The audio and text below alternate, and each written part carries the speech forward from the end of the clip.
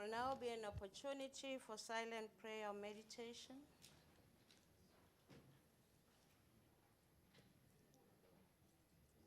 Thank you. You may be seated.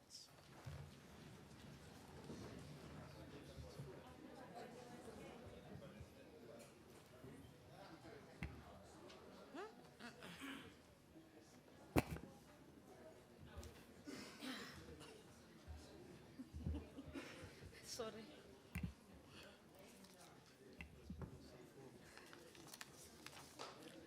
Thank you. Order, honorable members, let me first welcome all the guests in the gallery. We appreciate your presence in this debate, in this chamber. I will now ask the secretary to read the order. Debate on vote number 9, public enterprises. I will now invite the Minister of Public Enterprises, Honorable Godan, to open the debate.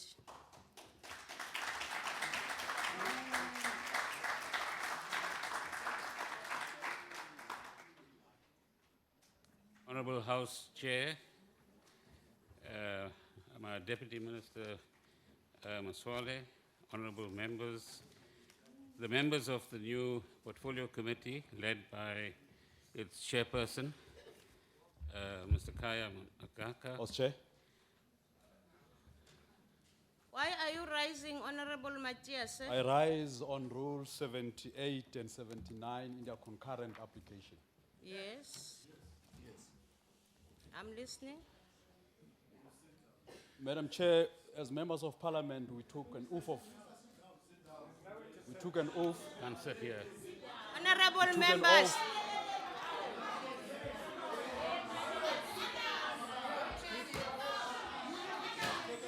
Honorable members. Don't instruct me. You don't have to Honorable instruct me. members. Honorable Godan, just stand there, please. You can't sit down. There's no chair. Honorable Paulsa. Honorable. Chair, may I have your attention, please? You are waiting. Honorable Paulsa, your member is standing on a point of order. Just be quiet. Let me listen to the point of order. You said you are standing on Rule 78. Madam Okay, Chair, may I continue. repeat myself? I say I rise here in terms of Rule 78 and 79 in their concurrent application. We as members of Parliament, individually and collectively, were sworn in here and took oath of office.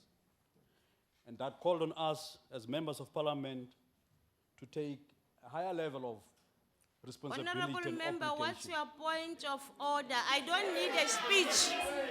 Hey, honorable member, I'm talking to the member who is on the podium. Can you please be patient? Honorable members, I'm not going to allow that. Madam Chair, allow me to speak and No, make my no, point. we don't speak, we raise points of I raise a orders. point of order. Yes, do that. We've got an obligation to protect Chapter 9 institution, particularly the Honorable Office of the member, Public that's Protector. a point of debate and not a point of The order. minister who stands before us here Honorable Matthias, I'm obliged, not like going all to of listen us, to you anymore because is that is obliged, not like a all point us, of to order. respect the remedial Unfortunately, action we of the don't Public have Protector. honorable And members his failure and to guests. do so rendered himself a constitutional delinquent. Honorable Matthias, And we saw no need to listen to a constitutional delinquent. And we unfortunately, cannot honorable listen members, to him.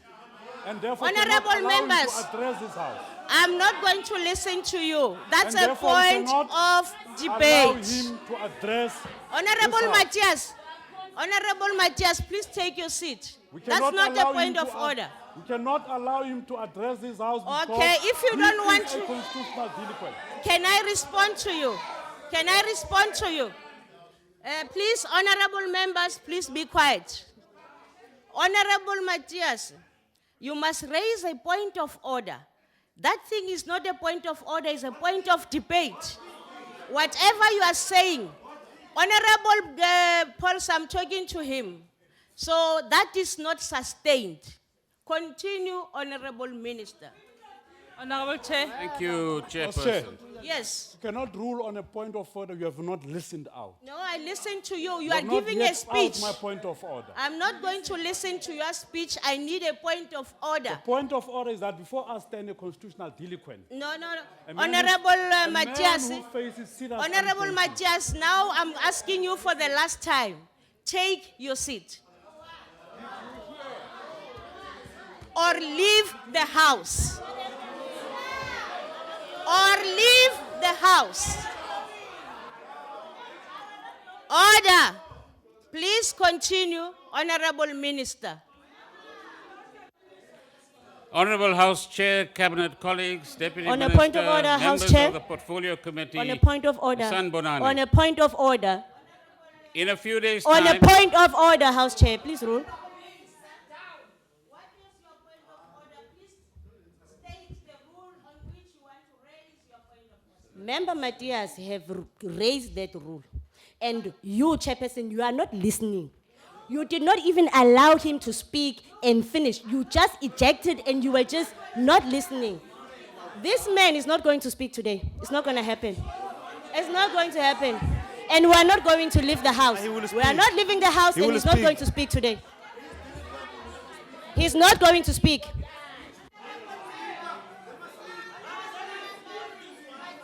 He's delinquent.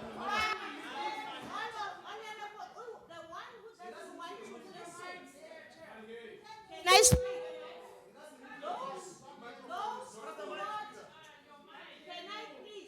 Please. What's happening with the mic? May I please say this, honorable members, politely so. This member that is in front of us is a member of the National Assembly. And at the same time, he's our Minister of Public Enterprise. If you are not, I'm still talking. If you are not going to listen to the minister, you can go. We are not going we're not going to allow disruptions. That's disruption. Continue, Honorable. On a point of order, Chairperson. Point of order. What is your point of order? Chairperson. Yes. The point What, of- on what the- point are the you point rising? I'm rising on is the very same point that MP Matthias has raised on. Chairperson, we did not come here on any. We have got the responsibility. As members Honorable of this member, parliament. that's not the time for speeches. Chairperson. No, we did not come here on your call, Chairperson. We came here on the call of Honorable, the people. member. We cannot listen to you, and whilst you are not rational. You Hon- must be rational on the matter. Honorable we came member. here to protect the members Please, of the community. No, please Chairperson. take your seat. No. You are not going to take your seat. But Chairperson, we have Honorable rising member, on the take point- your on- seat. On the point of order, Chairperson. Take No, your seat. Let me tell you what the point of order is. The point of order is on Rule 92. Read it. Chairperson, Continue, Minister. but MP Matthias has raised on the rules of this house. He has raised on the Honorable on the rules member, of this house. unfortunately, I No, no, can't Chairperson, name it you cannot because be. I don't know It your cannot name. be. I'm Honorable Komani. But I'm going to ask you to leave the house. No, I'm Honorable Komani. I am Honorable Komani. Honorable member, who are I'm you? Honorable Komani. Honorable Nkobani, thank you for sitting down. Whoever stands on the same matter will have to leave us in peace.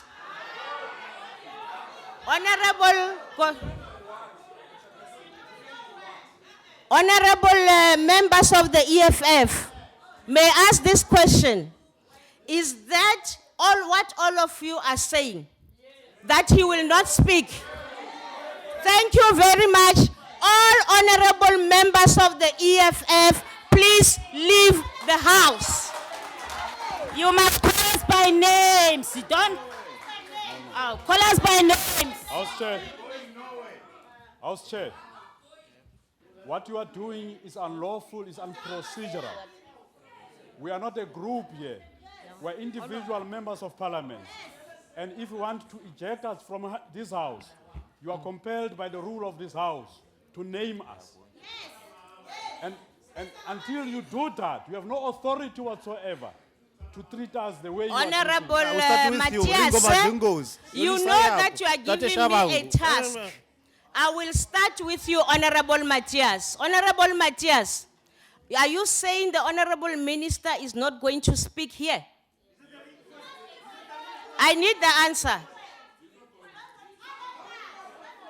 Sergeant at Arms, Sergeant at Arms, Sergeant at Arms. Parliamentary security, please come in. Parliamentary protection services, please come in. Parliamentary security, please come in. Parliamentary security, please come in. Don't point fingers. No. They must touch me. They must touch me. You out, Out. Roma. Man, out. Out.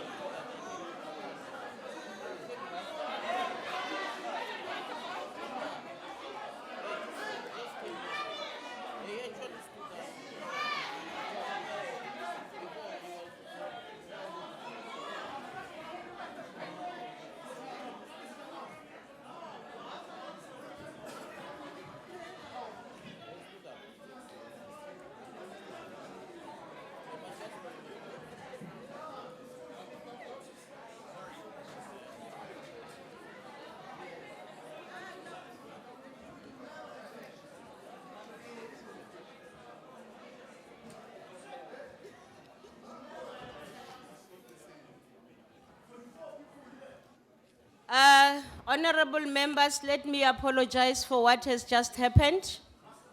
And I apologize to our guests. I will allow the Honorable Steenhuisen. Madam House Chair, may I address you in terms of Rule 69 of the Rules of the National Assembly? Yes. Madam Speaker, what we've just witnessed here is probably one of the grossest violations of parliamentary privilege I've ever seen. To prevent an elected member of this House from speaking in the House, and then not only doing that by exacerbating it by physically threatening the member, is a gross violation of not only the traditions of Parliament, but the rules of this House. And I'd ask you, House Chairperson, as a House Chair of this House, in terms of Rule 69, to refer all the members here, and I'm sure they'll be able to be identified on the video camera, to the appropriate forum, and that they be charged with gross disorderly conduct in terms of the rules. We can't have a place where this place becomes a battle of who can punch who the hardest or who can outshout the person. We use arguments, not force in this House. And I'll ask it to restore the dignity of this House and try and clean the stain that has been put on the floor of this House today, that appropriate action is taken against those members. Thank you, Honorable Steenhuisen. Honorable Khadebe.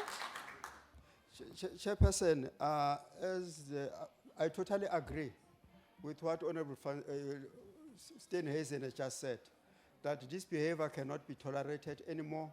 I think that this is a democracy where the people must express their views, but in a proper way, not the way they've done. Thank you, Chair.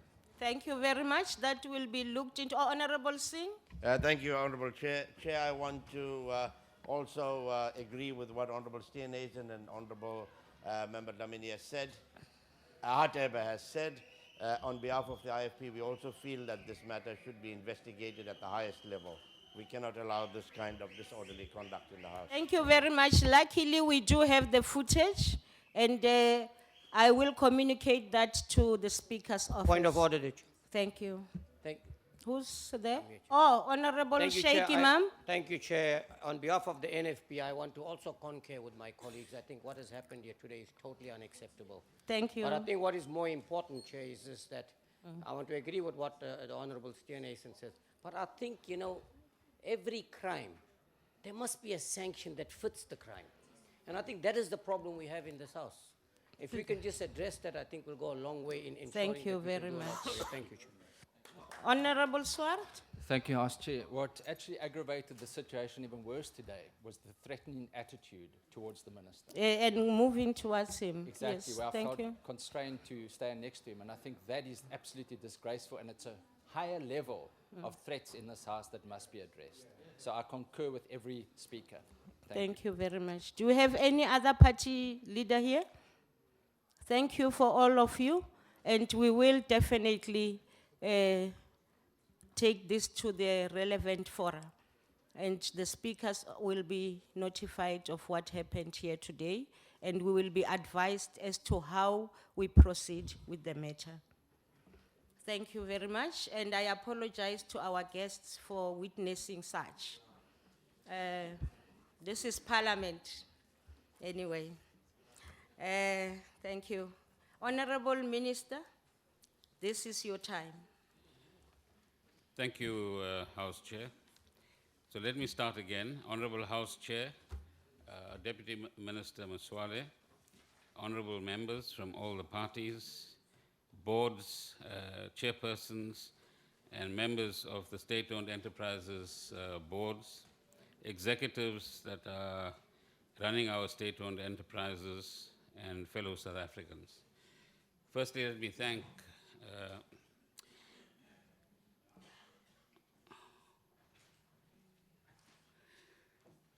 I'll come back to that in a moment. In a few days' time, we will be celebrating Mandela Day. It is also appropriate to acknowledge the 55th anniversary of the Rivonia trial today. This trial and those that faced the might of the apartheid state reflected the political, moral, and social courage of our leaders. The Rivonia trial is emblematic of the resistance to an evil system and demonstrated unrelenting courage to oppose injustice, racial oppression, and economic exploitation. This should remind all South Africans, particularly after what we have witnessed, and honorable members, of what it means to be bold in the face of adversity and uncompromising in fighting any form of malfeasance and corruption. And to that, House Chair, we can add attempted violence and intimidation. I have the honor to present the budget vote of the Department of Public Enterprises for the 1920 financial year. State-owned enterprises constitute a key part, as we all will acknowledge, of our national life and our national assets. They are central to our developmental and economic agenda. The reform of state-owned enterprises is part of a broader agenda of structural reforms in our country. The department provides strategic direction and oversight to the SOEs that it has been charged with responsibility for, so that their businesses are aligned with the national growth strategies arising from the National Development Plan, the medium-term strategic framework, and other guiding policies of government. Chairperson, over the last 18 months, we have attended to many crises at our SOEs. We have also increasingly understood the deep damage that has been visited upon these institutions and the far-reaching consequences of state capture for the economy at large. And if I may add, Chairperson, what you've witnessed is a defense of state capture. Because one must ask, what is it that motivates ordinary members of parliament, whichever party they come from, to engage in such intimidatory tactics? And the question you, ourselves, and the public must ask is, what do they have to hide? What are they guilty of? What is it that they don't want to be locked behind bars for? And intimidation of this kind, let me say very clearly and categorically, is not going to intimidate me and stop us from fighting the good fight. Many of my comrades on my right have been in detention, have been in solitary confinement, have been imprisoned for one reason or another, and face the might of the apartheid state. This is something that we're not going to give in to. Let me make it very clear. We've survived apartheid, we'll survive this fascist populism. The consequences of the damage to SOEs is felt in particular by the millions of the poor people of our country in the form of unemployment, poverty, and inequality. This has had a negative impact on government's ability to deploy SOEs in addressing our developmental objectives. Of course, the quantitative damage is immense and will only unfold over time. But to date, the department has collected some 3,000 forensic reports, 3,000 forensic reports from just 7 or 8 SOEs. So far, an estimated 600 million rands has been identified as collectible and due to the state. The department is collaborating with law enforcement authorities to ensure that criminal actions are reported and that civil recoveries are undertaken. The investigating directorate in the NPA, the National Prosecuting Authority, will fast-track investigations, including from the evidence presented to the Zondo Commission. The SIU Special Tribunal will adjudicate upon any civil dispute brought before it by a special investigating unit or any interested party. In June this year, a full bench of the Gauteng High Court set aside a multi-million rand contract unlawfully entered into between Eskom and Trillian, a Gupta-linked entity. The court was scathing about collusion between former Eskom officials and directors of Trillian and had ordered the company to repay almost 600 million rands of fees it illegally received from Eskom. Can I ask you to join me in congratulating the Eskom board in this regard? I'm sure we can do better than that. Eh? Of course, there's billions more to collect. Previously, McKinsey, another consultancy, repaid close to R1 billion to Eskom from the same contract. Similarly, Transnet has instituted legal claims to recover large amounts from the beneficiaries of the 1064, what is famously referred to as the 1064 locomotives acquisition tender and related transactions. The Special Investigations Unit is investigating another 30 Transnet contracts, including property and IT contracts, the largest of which was worth more than 7 billion rands. Recently, the Deputy Director of Public Prosecutions, Hermione Cronier, or Ms. Hermione Cronier, said that, and I quote, "The cost of state capture hovers around 1.5 trillion rands over the second term of the Jacob Zuma administration," close quotations. That is what these members who demonstrated their impatience earlier on, to call it politely, are defending. We must be frank that after a decade of mismanagement, negligible board and executive fiduciary accountability for poor performance, malfeasance that enable state capture, and rampant corruption, our biggest SOEs, amongst our biggest SOEs, many are in deep financial difficulties and will be unable, as the President pointed out several times, to trade their way out of their difficulties. The flight of good managers and technical skills who were chased out, inverted commas, by the capturers of these institutions has negatively impacted upon our SOEs. It has also impacted staff morale and work culture, especially from those who did not want to partake in corrupt activities. And of those, I'm sure they are the vast majority in many of these entities. In the last 18 months, we have begun the process of restoring good governance, skilled management and effective operations at the SOEs.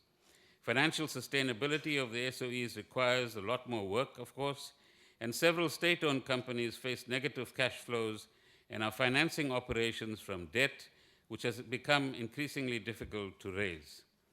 On the 23rd of May 2018, Cabinet approved a new permanent board for Transnet, and similarly for Denel and many of the other entities as well, including SA Express. Many of these entities, of course, are also facing a changing global environment that they have to take into account both now and in shaping their future business models. The department, in turn, will have to be cognizant of this changing international space, if you like. The decline in trade intensity-driven growth, in other words, the amount of trade that has happened over the last 20 or 30 years across different countries is about to change as a result of the kind of protectionism that some of the bigger economies in the world are practicing.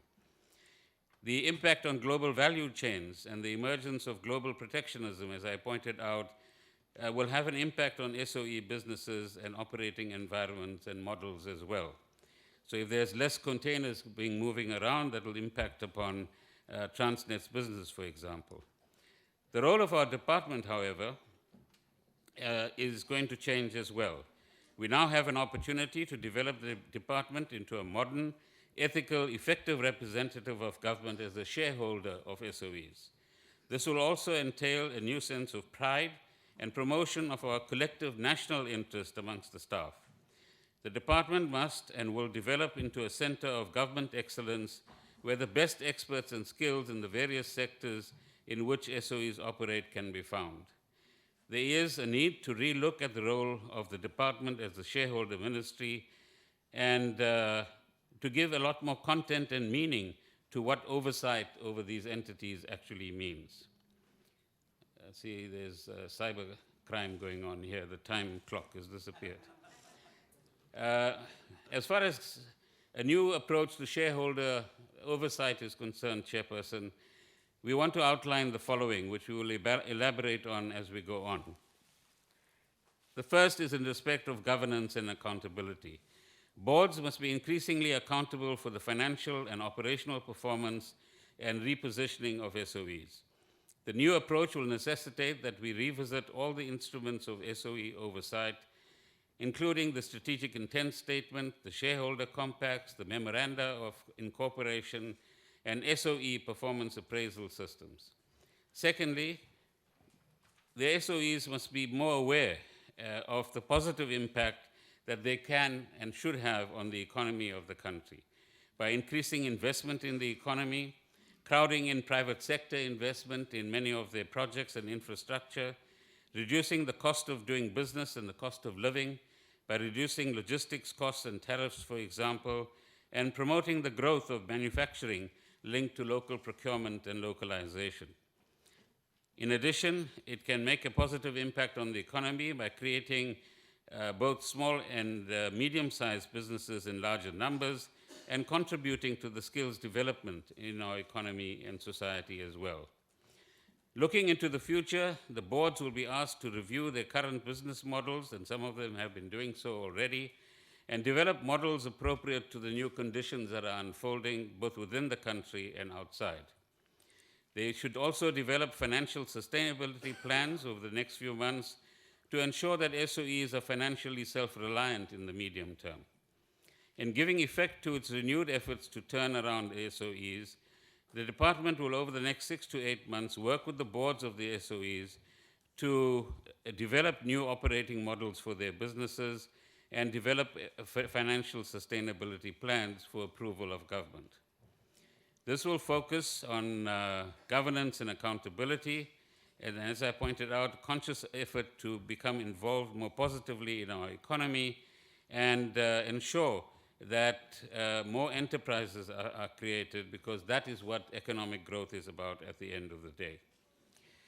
With specific reference to some of the SOEs, Chairperson, Eskom, as we all know, and as the President has pointed out, and the board as well on many occasions, faces operational, financial, and structural challenges, which are driven by massive cost and time overruns on the new build program, some difficulties and collapse in governance over a period of time in the past, unsustainable debt levels, which stands at about 420 billion rands at the moment, underinvestment and poor maintenance of plants, and several other factors that we've outlined before. In seeking to stabilize the financial situation at Eskom in the short term, the Minister of Finance, as the President indicated, will introduce a special appropriations bill in Parliament in the very near future. He speaks later today, and I'm sure he'll give an indication to Parliament in this regard. As far as the operational performance of Eskom is concerned, what we will be looking at in the coming months is how the different episodes of load shedding can be avoided in the future. And Eskom and the department, with the assistance of the Department of Minerals, Resources and Energy and the National Treasury, will be producing a paper, as the President pointed out in his response to the SONA debate. And this paper will give an insight and indeed a forward-looking view on what the future of Eskom will be, and will outline the future energy environment, the financial arrangements for Eskom, address the indebtedness of Eskom, and lastly, the kind of restructuring phases that Eskom will undergo as we get into the future. Included in this will be an indication of further cost-saving measures in relation to coal costs, staffing costs, and the introduction of capital efficiency. Operationally sustaining a high level of energy availability is going to be an important task that the operations people within Eskom are required to give their attention to. The department will cooperate also with my colleague Minister Mantashe to finalize the NERSA Amendment Act to establish a proper recourse for regulatory decisions should Eskom or any other party wish to challenge those. In the news very much has been the Chief Restructuring Officer, and careful consideration is being given to this by both ourselves and the Treasury, and hopefully sooner rather than later an announcement will be made in this regard. As far as Transnet is concerned, Transnet's focus going forward is to improve the efficiency, reliability, and cost-effectiveness of its freight transportation by reducing the cost of doing business and improving the competitiveness of the country's exports. This is in line with the commitment government has made as part of the recovery and stimulus package that a review of port and rail prices will be undertaken. In addition, boosting exports and making South African industry more competitive than it is. We have confidence in the board to realize the objectives we have set for it, and the process of recruiting the new executive leadership at Transnet and in other entities is in progress as well, and we are expecting that the boards will put forward names of competent and capable executive members of the executive teams to lead these entities into the future. Transnet's operational performance can no doubt be improved further. Rail volumes have remained stagnant over the last MTSF period and well below the target of 330 megatons per annum set for the company. There has to be an increased effort to understand and respond to the needs of business, thereby contributing to economic growth and efficiency. The board and management will be set targets in the shareholder compact, as will other boards and management as well, to achieve these objectives. My colleague, the Deputy Minister, will address issues around Denel and Alexco.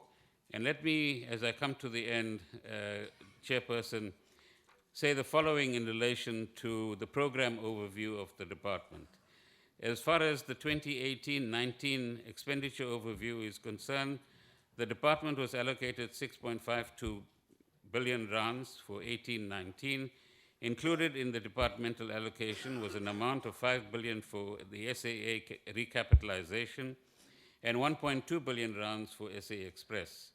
The allocation for the department itself was 273.9 million rands.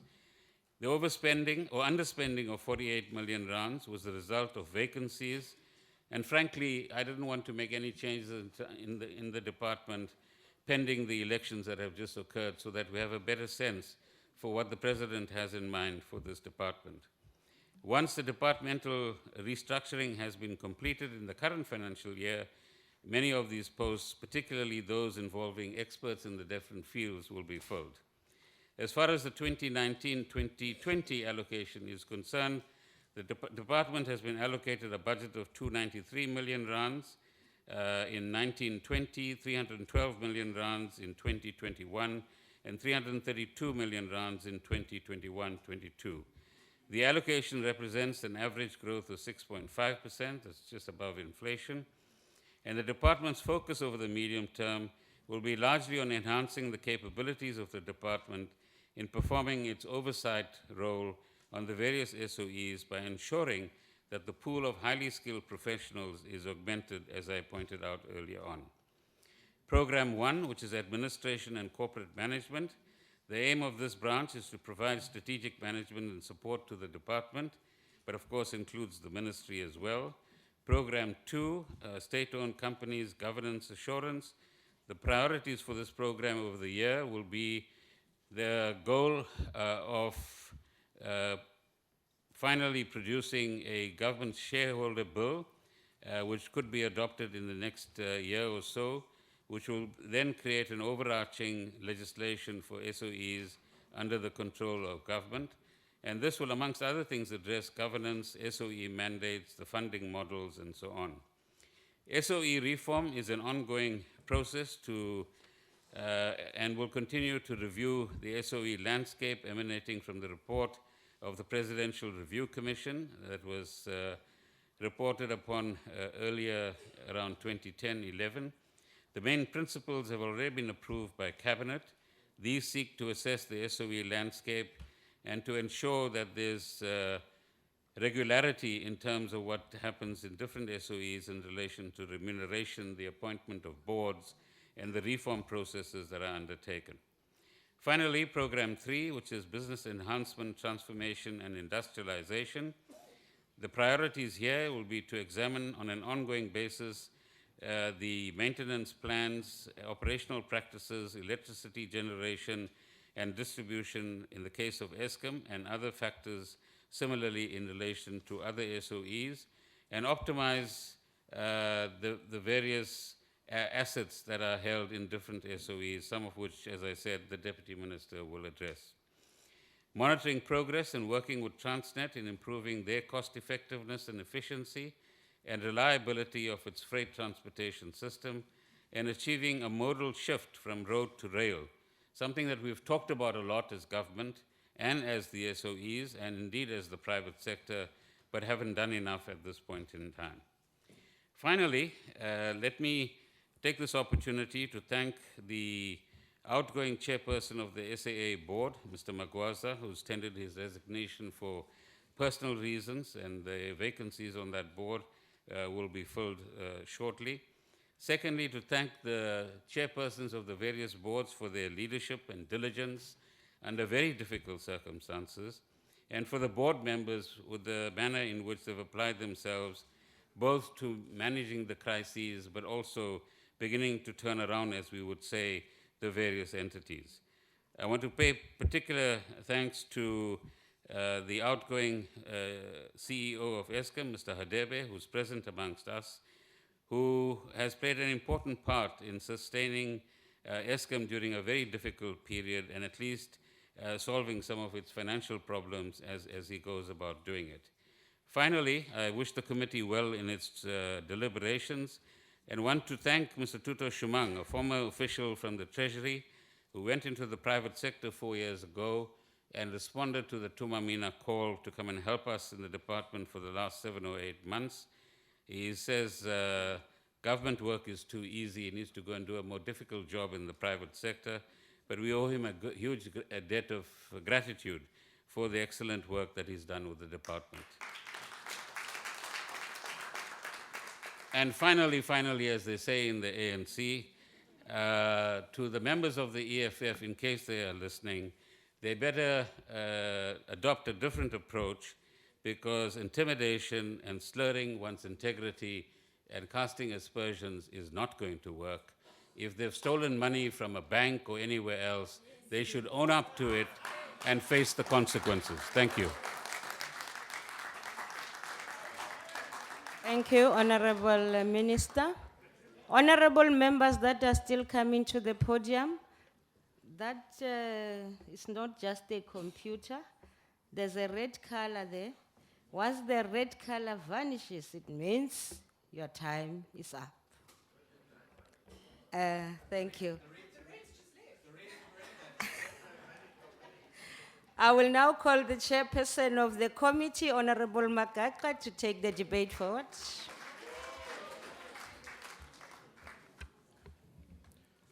Honorable House Chairperson, Minister, Deputy Minister, and all protocol observed. On the 9th July 1987, a young revolutionary fighter, Ashley Krill, affectionately known as Che Guevara of Cape Flats, was brutally murdered by the apartheid police at a safe house in Athlone. His assassination 32 years ago robbed our struggle of the brave, fierce, and courageous revolutionary. His untimely murder inspired more gallant efforts leading to our ultimate triumph in 1994. This speech is therefore dedicated to the memory of the Che Guevara of the Cape Flats. Throughout the course of our history, the liberation movement has always been able to analyze concrete South African and global reality in order to provide lasting solutions. It was under the same guiding force of the liberation movement that the multitude of South Africans gathered in Cape Town in 1955 and adopted the Freedom Charter as a basis and a minimum program of the Revolutionary Alliance to combat the reality of colonialism of a special type in our country. House Chairperson and honorable members, there are still many stubborn vestiges of colonialism of a special type. The only way to fight the legacy of colonialism is through execution of the National Democratic Revolution. For the ultimate resolution of the three major contradictions of our struggle, which are race, class, and gender, we must aggressively execute the revolutionary program of fundamental change which the people overwhelmingly support. Minister, the President highlighted 7 priorities for the new administration. While all are equally important, I would like to lift 2 that are extremely significant for this portfolio, particularly in pursuit of our developmental state agenda. And they are: 1, economic transformation and job creation; 2, building a capable and ethical and developmental state. These priorities constitute the cornerstone of our agenda to reorientate our state-owned entities towards the attainment of the democratic and capable development state as a practical expression of our commitment to execute the national democratic revolution. We are in a revolution. To be clear, Honorable House Chair, our understanding of the development state is a state that derives political legitimacy from its record in economic development, which it tries to achieve mainly by use of selective industrial policy. Honorable Minister, we support the budget vote of the department precisely because we understand fully well that our pursuit of developmental objective to overcome the legacy of apartheid depends on capabilities geared towards a state-led reindustrialization process. Our state-owned entities are the economic levers through which the democratic state holds the possibility of directing investment, inclusive growth. House Chairperson, we must allow the department to embark on institution building, development of planning capacity, as well as ensure asymmetries between incentives and subsidies, and ultimately revenue generation, which our strategic state-owned enterprises. In the final analysis, we need a capable and ethical developmental state to be able to hold private capital accountable on investment priorities and the general developmental strategy. Comrade Minister, honorable members, let me hasten to say there will be rhetorical posturing from the far right and disillusional fantasies from the populist fascists who pretend to be in the left, by the way. This I characterize as criticism without critical thought. It has become predictable that neoliberal circles parrot tactics and agendas that advocate for the privatization of the state-owned enterprises. The advocates of these discredited orthodoxy do not have the interests of our people, because if they did, they would desist from advocating for appropriation of social and collective assets for private wealth accumulation. They advocate for giving free license for primitive accumulation by people who only socialize the risk and losses, yet privately appropriate the gains. Objections of the matter of wholesale privatization derive from, among others, the observation by a renowned scholar, Noam Chomsky, when he said, I quote, "Predatory capitalism is incapable of meeting human needs that can be expressed only in collective terms, and its concept of competitive man who seeks only to maximize wealth and power, who subjects himself to market relation, to exploitation and external authority, is anti-human and intolerable in the deepest sense," I close quote.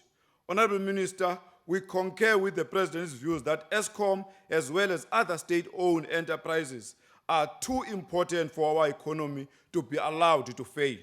We must state categorically clear that ESCOM and all these state-owned enterprises must be stabilized and all corrupt elements weeded out in order to return to revenue generation path for economic development. In this respect, Honorable House Chairperson, we must commend the work of the Portfolio Committee on Public Enterprises of the 5th Parliament. It's very important, that one. We must commend the work of the Portfolio Committee on Public Enterprise of the 5th Parliament in unearthing the scandalous corruption and governance decay that plague our most vital state-owned enterprises. These actions actually are still resisting the work of that committee. We must call upon the Special Investigative Unit and the National Prosecuting Authority to expedite investigation and prosecute all those implicated. We must see people being arrested for wrongdoing. In this age of renewal, we have a duty to act and root out corruption, and we must do so with speed and efficiency. We can't wait for Zondo to finish, the Commission of Zondo to finish. We must do it in the interest of restoring the credibility of the state and the revolution. For it was the German philosopher Karl Marx who once observed that, I quote, "Philosophers have only interpreted the world. The point, however, is to change it." Let's change it. So let's follow this instructive observation and act swiftly and change the narrative and improve the image of our country. Department of Public Enterprise currently oversees and is government's shareholder representative for about 7 state-owned enterprises. There is no doubt that these state-owned enterprises have a huge responsibility towards fundamental socio-economic development. The budget vote is essential to the department's oversight function. In 2019-2020, a total of 293 million is allocated to the department. Unfortunately, Honorable Chairperson, your time has expired. Can you check the clock on your left? We have already submitted. I did say that. Thank you, Honorable Chair. Honorable Matsoni of the DA.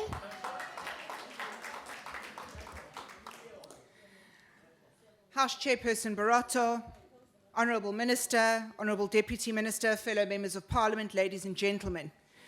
Minister, allow me to demonstrate how one disagrees as a Democrat and not like the fascist behaviour we've just witnessed in this House. I now serve my 3rd term as a Member of Parliament, Member of the National Assembly of the Republic of South Africa, and I serve my 7th year as a Member of the Portfolio Committee of Public Enterprises. I'm now more convinced than ever that this department should not exist. It is public knowledge that the Department of Public Enterprises was established as a catalyst for privatization of the public entities that were put under the control of the department. It makes no sense otherwise for ESCOM not to belong to energy and mineral resources. Transnet should belong to transport. Denel should belong to military defense. Alexcor should belong to energy and mineral resources. SAA, SA Express and Mango should belong to transport, and Safcol should also belong to energy and mineral resources. The problem here is that political expediency and differences in ideology have trumped pragmatism and good governance. An opportunity was exploited to use state-owned entities as an employment agency for the ANC and for a cash cow for their investment wing and election campaigns. It was just too easy to use the public enterprises to siphon billions and billions of rands to politically connected families and companies, not to mention the lining and building up of pension funds of politicians, with the odd general thrown in just for good measure. We have to be the only country in the world which has allowed people who are well known to have carried out one of the greatest heists of all time to go unpunished. In fact, in South Africa, you can admit that you attempted to bribe someone on instruction from criminals and remain not only a member of parliament, but a chairperson of that very same parliament. In South Africa, the Department of Public Enterprises is proof that all international investors use to measure our corruption levels is the cause of their choice investment destination to be anywhere but South Africa. It matters not how big the Department of Public Enterprises is. It matters not how small the Department of Public Enterprises is.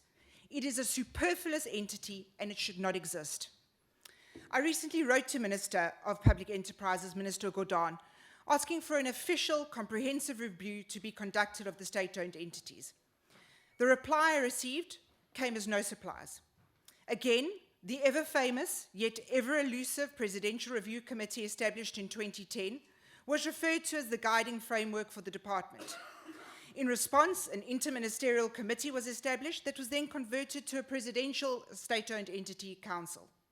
This council is supposed to reposition the SOEs as an instrument of economic development. Now, we've had review after review, task team after task team, commission after commission, but here is the fact. State-owned entities are archaic in their design and they should not be used for economic development. They do not work. The economy should be growing by supporting a free market system which gives South Africans choice and which gives South Africans opportunity to create a conducive environment for national and international investment. You cannot grow an economy when you are held ransom by unions, who cripple state-owned entities when their demands aren't met. You cannot grow the economy when your energy supply is not completely secure. And you cannot grow the economy by pouring billions and billions of rands into already failing entities. South Africans are literally starving. 10 million South Africans are unemployed. South Africans do not have homes, they do not have water, they do not have electricity, they do not have basic services. Our schooling is rated as one of the worst in the world. Our crime rate is completely out of control. But yet, South Africans are still expected to fork out billions and billions of rands in bailouts for these failing entities.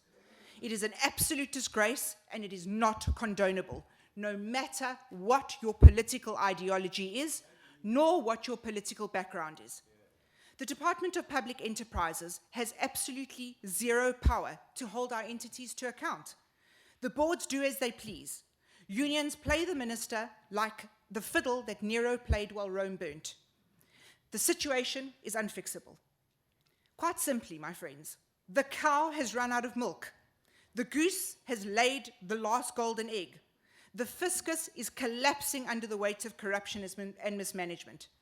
It is hard to imagine that in the year 2019, in a country as fiscally unstable as ours, we still have a government who dares to justify the blatant theft of South African money. The most frustrating part of it all is, we actually really do have the power to completely turn the South African economy around. But because of ANC factional battles, because of a sheer lack of guts and determination, because of fear of retribution, the government lets the criminals win and the South Africans remain poorer, locked in a cycle of poverty, and the situation becomes ever more dire. It is time to put the South African people first. Political factionalism in the governing party is literally killing our country day by day. Let us be the parliament that does the right thing. Let us be the one who stands up to the looters and the criminals. Let us be the ones who are what we intended to be, the custodians of the South African coffers and the defenders of our people.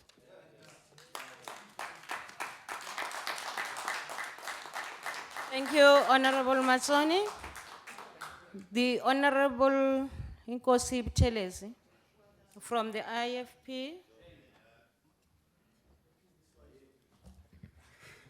Thank you very much, Honorable Chairperson, Minister, and colleagues.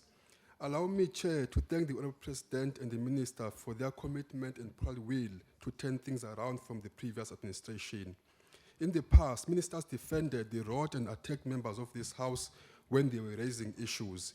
The role of this department is to drive investment, productivity, and transformation in our state-owned entities, unlock growth, drive industrialization, create jobs, and develop skills. The success of our SOCs in driving economic growth is critical, yet this has not quite been the case in the past.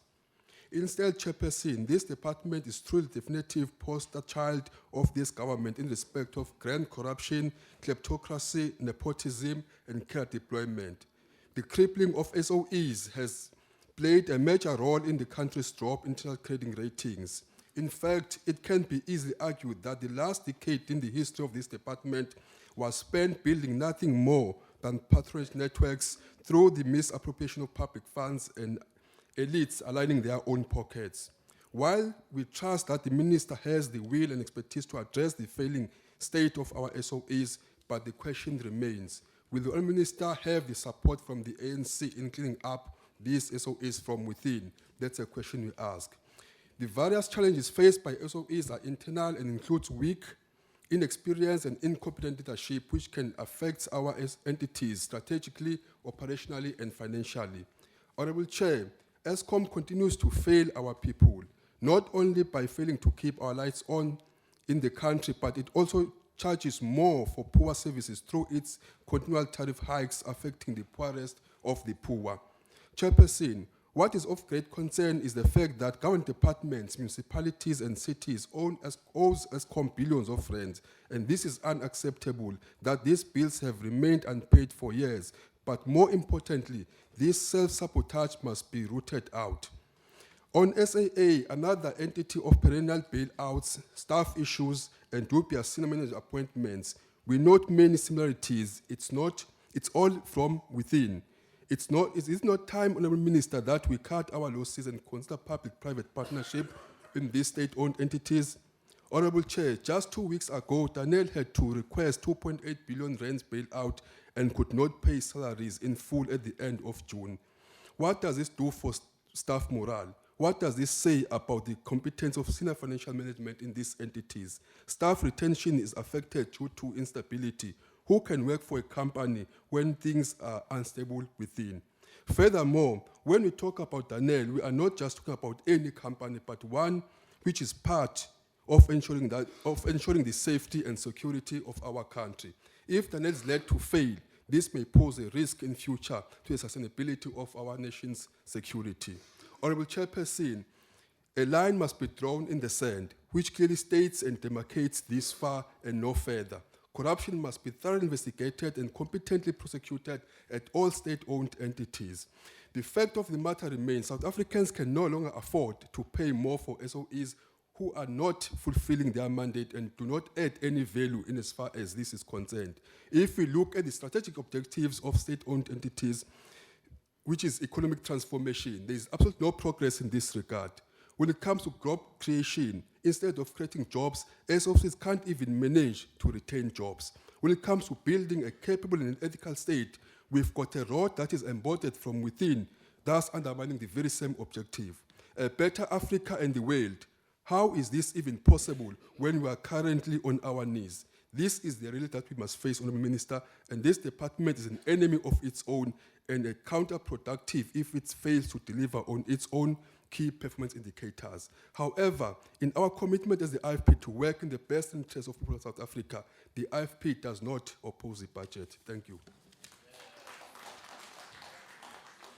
Thank you, Inkosi Buthelezi. Van die FF Plus, ons het achtbare lidwissels.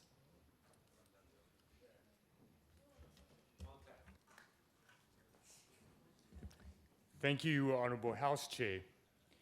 House Chair, what we saw here today is absolutely disgraceful. And Honourable Minister, through you, House Chair, we respect you and we stand behind you in your fight against those who looted and who captured the limited resources of our beautiful country. We want to tell you, Minister, do not stop your fight. Do not be intimidated. Do not be held ransom by those, as we saw here tonight, who wants to protect themselves. On that point, I wonder where the Honorable Malema is tonight. But if we look at fascism and the history thereof, you also didn't see Hitler anywhere near the trenches or the gas chambers. The Honorable Malema is most probably sitting in Camps Bay whilst his troops must protect him. To save our SOEs and our fiscus, and so doing our economy, we need the political will to address the problems and to actually get our SOEs back on track. To act against those who transgressed, those who looted, and those who stole, but also to prevent it from happening ever again. And then, Honourable Minister, through you, Chair, you can also not be held ransom by the alliance partners of your own party. The trade unions can also not be allowed to hold you ransom, not to take decisive action and to actually take those steps needed to get our SOEs profitable. Let's compare some of our SOEs to a former state-owned, wholly state-owned entity, Telkom, which is now partially state-owned, 40.5%, and who is now profitable. The latest financial results show profit after tax of Telkom rose by 11.5%. They also paid in taxes 1.2 billion rand and 750 million rand in dividends to government. That in comparison to SAA and Eskom. SAA needs 22 billion rand in the next 3 years from our fiscus, and Eskom requires 69 billion rand. The turnaround of Telkom, however, did not happen overnight, and that we know. But we need to start somewhere, and the trade unions are stopping government from actually doing what is necessary. Also, Minister, do not be held ransom by ideology. Let's take the steps to save our economy and our fiscus and actually act in the best interest of all South Africans. Then, let me also say and take this opportunity to reflect on today. Today is a bad day after what happened here, but it's also a good day. 119 years ago today, there was the battle at Silicon Neck. En by daardie veldslag, agbare voorsitter, is die Engelse oorwin. 'n Baie belangrike stap in die stryd teen kolonialisme. 'n Stryd wat baie jare geduur het, maar 'n belangrike stap. Vandag is ook belangrik, agbare voorsitter, want gister het iets baie belangrik gebeur.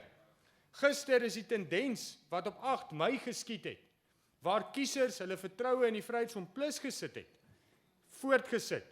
Toe die Vryheidsfront Plus met 'n geweldige meerderheid die DA gewen het in wijk 30 in Stilfontein. Not 7 votes. We had more votes than all 4 other parties who contested together. So don't continue your lies. The voters out there see that there is an alternative. That there's alternative policies which can save South Africa, which can save our SOEs. And those voters in Ward 30, in Matlosana, in the Northwest, yesterday put their confidence in the Freedom Front Plus. That growth will continue. It will continue towards 2021. And we say to the ANC, we will be the opposition that you actually require. We actually oppose your policies. We don't only want to win you, we want to oppose and actually work together with you as well to better South Africa in the interest of all South Africans. Not only here or there, but in the interest of all South Africans. And that is what we need, Honourable Minister. We need cooperation. We need to, as South Africans, all be proud of our state-owned entities, be proud of our government departments. We need to take a stance, all of us as South Africans, against corruption, against the looting, but also against what happened here this evening, against those who want to act lawless. And we must take a stand to the best Agbare interest lid, of South Africa. I ongelukkig thank u you. se tyd is nou om. Ons gaan nou voor. Adjunct minister.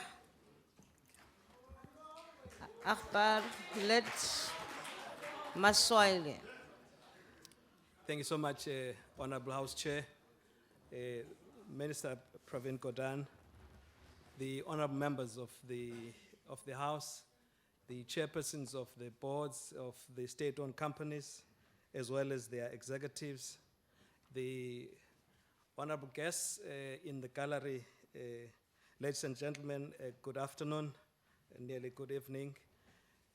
Firstly, Honorable House Chair, I wish also just to enlist my voice in expressing disgust at the deplorable scenes we have witnessed here at the start of this session. I am most confident that many peace-loving South Africans out there who want peace, prosperity, and progress are enraged at witnessing some of those occurrences in this, their parliament, the expression of their collective power. I have no doubt in the ability of Parliament to ensure that its dignity and standing is protected as well as restored in the face of the people who are yearning for this institution to do what is good for them. Participating in this debate, Chair, I wish also just to say we've been recently to elections, and elections overwhelmingly our people showed their support to the various political parties here. Of course, they also gave the ANC the responsibility to lead governance. And in that respect, we have a duty to respond to the cries of our people. We are not going to come here and cry like others, raise our hands in the air in hopelessness. We've got to make sure that we bring forth the changes that our people aspire. In this respect, the President has, in his State of the Nation address, asked of us all to buy into a vision for this country, a vision that looks beyond the perils and challenges of today, a vision in which we have a sense, a view, solutions to the problems that we are currently facing. That vision imagines South Africa as a country that has embraced the fourth industrial revolution, and in many instances that is exemplary to the world. In that vision, I also imagine that we would see our state-owned companies being agile companies, effective businesses that deliver reliable services to the country. The SAA, that is the beacon of our national air carriers, self-sufficient and working efficiently in a united Pan-African-led air travel ecosystem that competes well in the global air travel space. That vision, Honorable House Chair, is not a new one. In fact, it is a reimagination of what we once were and could be again. Our SOCs have been plagued by many challenges, as have been outlined, and these, if left unabated, will surely result in their collapse and failure. Honorable House Chair, it is true that corruption and malfeasance has crippled not only our SOCs, but our country as a whole. It has tarnished the good standing that some of our SOCs held in the world and has brought some of them nearly to their knees. However, Honorable House Chair, we cannot allow this to render us to a failed state. As a government and a department, resolute behind the leadership of Minister Gordhan, we are determined to root this all out at all levels. We are addressing the structural challenges facing our state-owned companies and are taking tangible steps to diversify their service and product offerings. They must be market agile and fit for purpose. The interventions we implement must be efficient solutions. It must bring efficient solutions and safeguard the interests of all our people in ensuring that the services are provided in a cost-effective manner. Specific, Honorable House Chair, to the South African Airways, as the Minister has so indicated in his introduction, we are making a number of interventions in that respect, but we have a concrete reality in which we've got to comprehend with. The reality of our domestic aviation environment is that it is effectively deregulated and therefore robustly competitive. International aviation, although somewhat regulated through a bilateral air agreement system, is also by and large free and competitive. If our airline assets are to effectively compete and survive in this environment with a minimum drain on the fiscals, it is imperative that they be turned around and be made fit for purpose. Our board, in this respect, will be working in urgency to address the decline of the airline and its ancillary business, and this must be founded upon the appointment of a world-class executive leadership team with credible aviation experience. As I had indicated, Honorable House Chair, we will not let our SOCs fail. We are committed to ensure they serve and support the national development agenda. But having said that, the airline must undergo a rigorous and substantial process of reducing costs, improving efficiencies, as well as strengthening its operations. A comprehensive review of its domestic, regional, and international routes will be undertaken to minimize losses, non-core assets which currently distract the management from attending to its core activities need to be re-looked at and possibly disposed of, those that could not be profitably used by the institutions. We must stress that our state-owned companies that are working within limited budget framework, we've got to look at a diversity of fiscal injections financially so that the fiscus is not exerted unnecessarily. Honorable House Chair, I am looking at the clock. I must try and run very fast. I have to also attend a few of the things that have been stated here. In this, we do want to work collaboratively, as the President has said, because the challenges we face belong to all of us, and we must work hand in hand to solve them. It's not only for the department, it's not only for the state entities, the state-owned companies, the boards.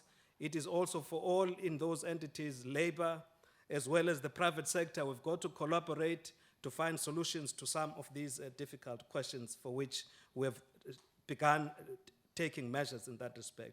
Regarding Denel, I want to say summarily, it's not that doom and gloom. Yes, there are immediate challenges, but certainly there is also a pipeline of opportunities that, properly followed, that institution is poised to change for the better forever, and it is possible through the collaborations that one is talking to.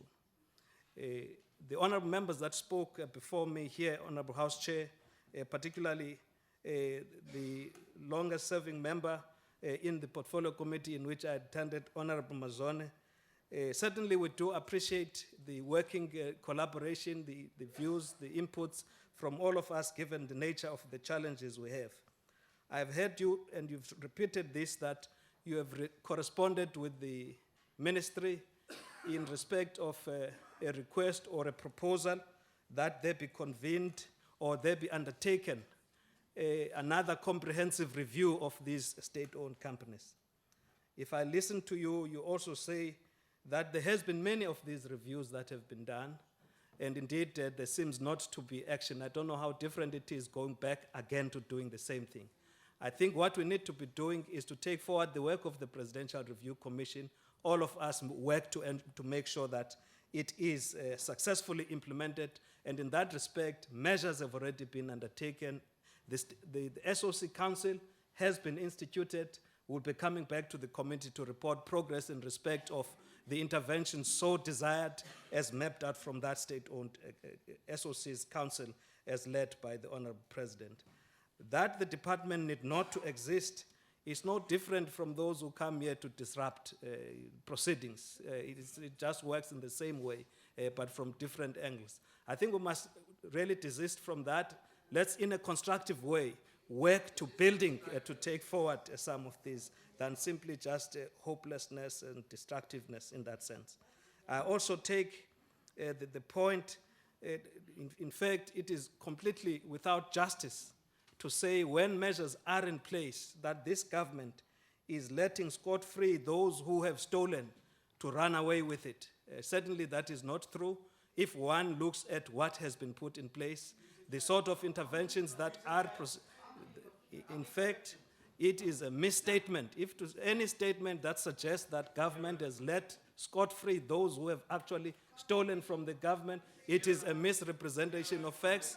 Let's look to the measures that have been put in place. In fact, the president has led quite a brave effort to ensure that the NPA is actually given capacity. They are working on it. And this is what I think, instead of just crying, raising heads up, we should hands up. Let's work together to get this thing done. Honorable Telezi, I also think that is the same. We really are looking to working with all South Africans, including political parties, in dealing with the challenges that we have. Certainly, we need that environment in order to see to it that the transformation we really much need can take place. Thank you very much, Honorable Chair. Honorable Thank Chair. you, Honorable Deputy Honorable Minister. Chair. Honorable Mhlawumbe. Yeah, I did not want to disturb the speaker on the podium, Is that the but point I'm of raising order? a concern that Honorable Milham at the gallery is tempted to heckle and is heckling while he's on the gallery, which may pose some questions to us that are members of the gallery. Noted. Yes, you Thank must you. come to this side. Thank you. Please refrain from doing that. Thank you very much. Unfortunately, there are seats now, Honorable Miller. Okay. There were no seats, but here we have seats. Thanks. We now call on Honorable Mkwanazi from the ANC to take.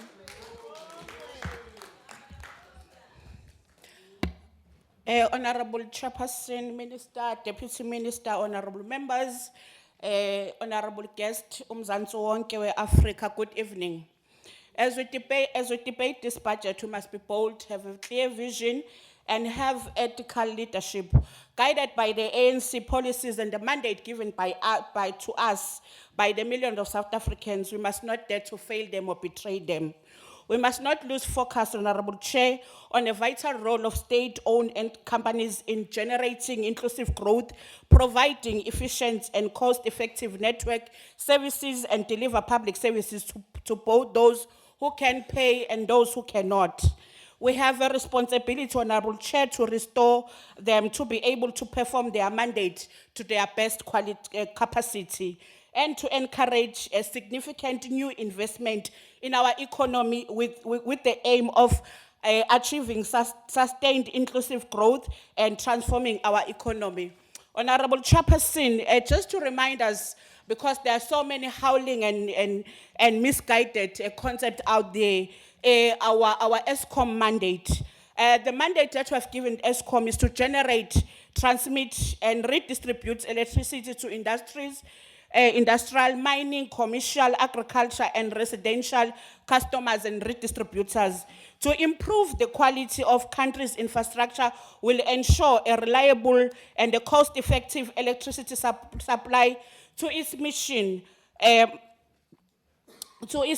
and development of economic growth, and to deliver to the ANC-led government mandate on its commitment to advance skills development, especially to our young people. We are noting the challenges facing ESCOM, Honorable Chair. As Honorable Minister put it very well on the SONA debate on the 25th of June 2019, open quote, a democracy that continues to build on the achievements and successes on the past 25 years, while having the humility to admit to the weaknesses and the mistakes of the past, close quotes. ESCOM, yes, we all agree that it's experiencing severe financial, operational, and governance challenges, and that challenges has impacted on the performance of the economy and place pressure on our fiscus. The escalation of municipal bill and Soweto debt plays a huge impact in terms of ESCOM cash flow, and it's growing on a billion rand a month. Owing to the difficult economic conditions, abantu bakithi abahlala ngaphansi kwazo, and the rampant culture of non-payment in the country, but we are encouraged about the program, ESCOM and all the stakeholders, including the government departments, in dealing with the effectiveness and efficiency on the services given to our people, and also working with all the relevant stakeholders to encourage those who can pay to pay for the services. Structurally, ESCOM, we are lacking transparency regarding the cost and the allocation of resources that make it difficult for the ESCOM to understand its own competitive advantages. Cost overruns and poor performance on the build programs, as we have observed, and the minister has alluded to that, on the Medupi and Kusile has suffered the massive delays and cost overruns due to poor planning, poor engineering designs, and poor procurement practices that led to systematic corruption and has compromised the credibility of ESCOM. Noting that, Honorable Chairperson, guided by the 54th National Resolution 23 of the African National Congress, that said on the firm action, we need to take a firm action required to improve government and performance of the state-owned companies. The lesson learned is clear. For the growth, we need a reliable, sustainable supply of electricity. We are on our path to recover, and we are noting with great hope, Honorable Chair, the appointment of the new ESCOM new ESCOM board. We find joy and encouragement from the passion, commitment, and excitement among the thousands of South Africans who really want to make this entity work. Not the howlers, but the doers, as the President alluded in the SONA.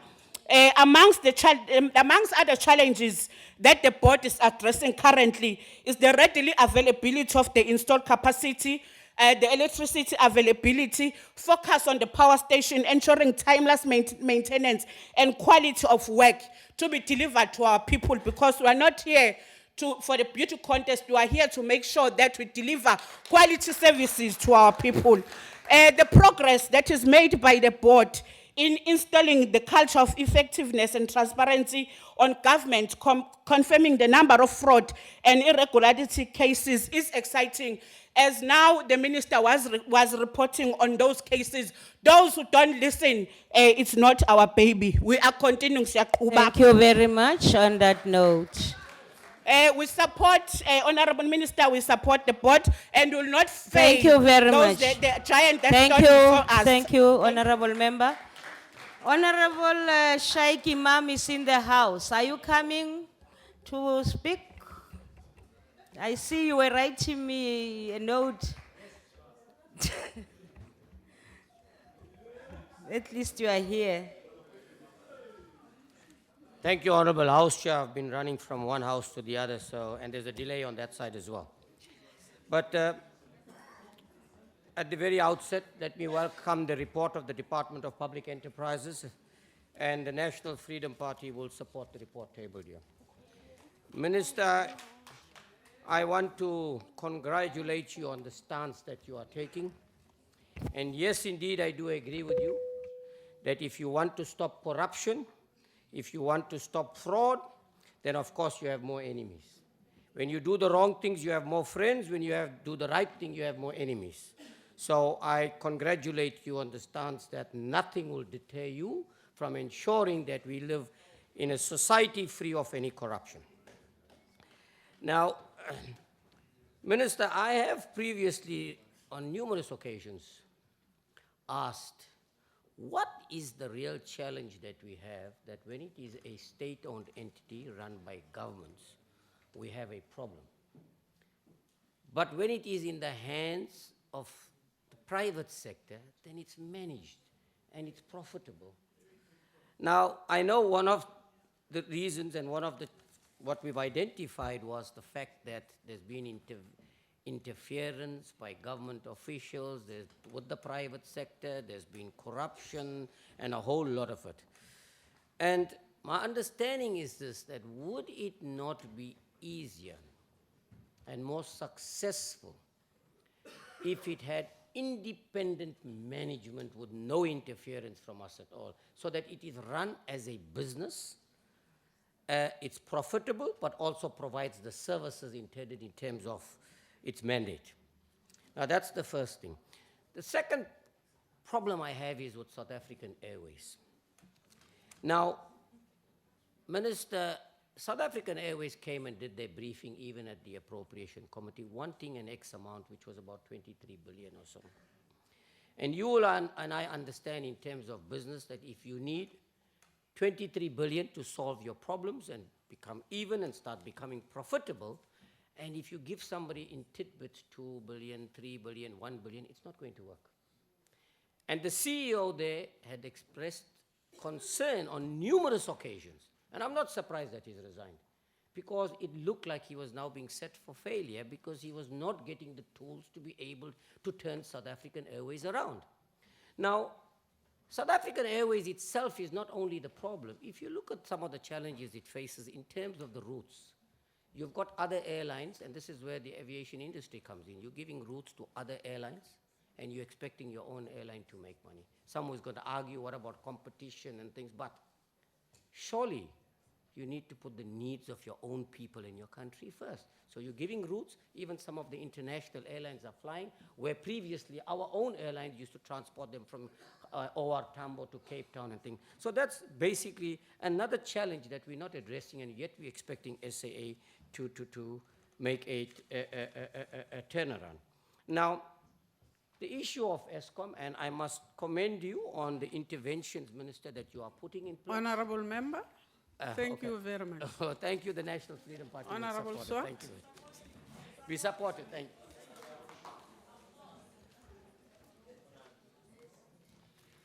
Thank you, Chairperson. Honourable Minister, the ACDP fully appreciates the severe challenges the SOCs present, not only to the fiscus, but to the economy as a whole. We saw a 3.2% contraction in GDP for the first quarter of the year, which many attribute to ESCOM's load shedding. And we were given the impression that the massive amount Treasury set aside each year for 10 years, that will be 230 billion, would be enough of a bailout for ESCOM. Now it appears that this may be insufficient and that ESCOM may need more than the first year's allocation of 23 billion. And this is deeply disturbing. And we as parliamentarians will need to exercise our oversight over any proposed bailout, and this we will do when the special appropriation bill is introduced.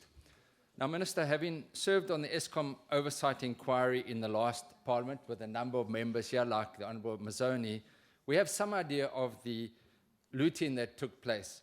However, the further evidence before the Zondo Commission has given an indication of the far greater severity of state capture and corruption that occurred at the SOCs. In this regard, we are, however, pleased that there has been some recovery, and well done to ESCOM for the recovery of the almost 1 billion rand, which was repaid by McKinsey, mainly at our encouragement to go after that money. And then, of course, the 600 million that was recovered from Trillian via a court process. So much more needs to be done in this regard, and those that have been involved must not only the money be recovered, but they must be arrested and charged. And I've long said, we don't have to wait for the Zondo Commission. And another member said, we don't have to wait for that. Let us go after those that are involved in state capture. Now, if one also considers the role of certain compromised companies, that must also be considered. The role of Trillian, Tegeta, McKinsey, the role of Bain and KPMG played in the hollowing out of SARS. These private entities must also be held accountable. And the question is, as is indicated, Minister, whether I think these were your words, a hurried apology and the repayment of fees is sufficient. We think not, and we consider the damage that is done to the country. And of course, we also where I serve on the Justice Committee, we did receive an update from the NPA boss, Advocate Shamila Batohi, and the new head of the Investigative Directorate, Advocate Cronier. They are investigating. Progress is being made, but clearly there are budgetary constraints in that regard. And these are complex matters. Forensics, they are very complex, requiring a lot of funding. In addition, both the asset forfeiture and special investigation units are making progress, and we welcome the special tribunal, which will expedite civil claims to recover ill-gotten gains expeditiously. Chairperson, I have also long argued that those units need to have their budgets increased substantially so that they can quickly recover the ill-gotten gains. Minister, just lastly, the extent of the pushback of the reformist agenda and the holding to account all those implicated in state capture is evident, no more so than today, with the disgraceful conduct that we saw in this House.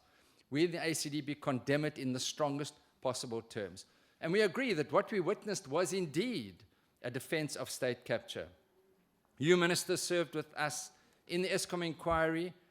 I said then, as I say today, we, including you, Minister, as you said earlier, will not be intimidated. We will stand resolute and determined to expose corruption and state capture and to hold those involved accountable. And may I add in conclusion that as we stand firmly, no weapon that is formed against us shall prosper. Thank you. Thank you, Honorable Sir. Honorable Nkwangwa.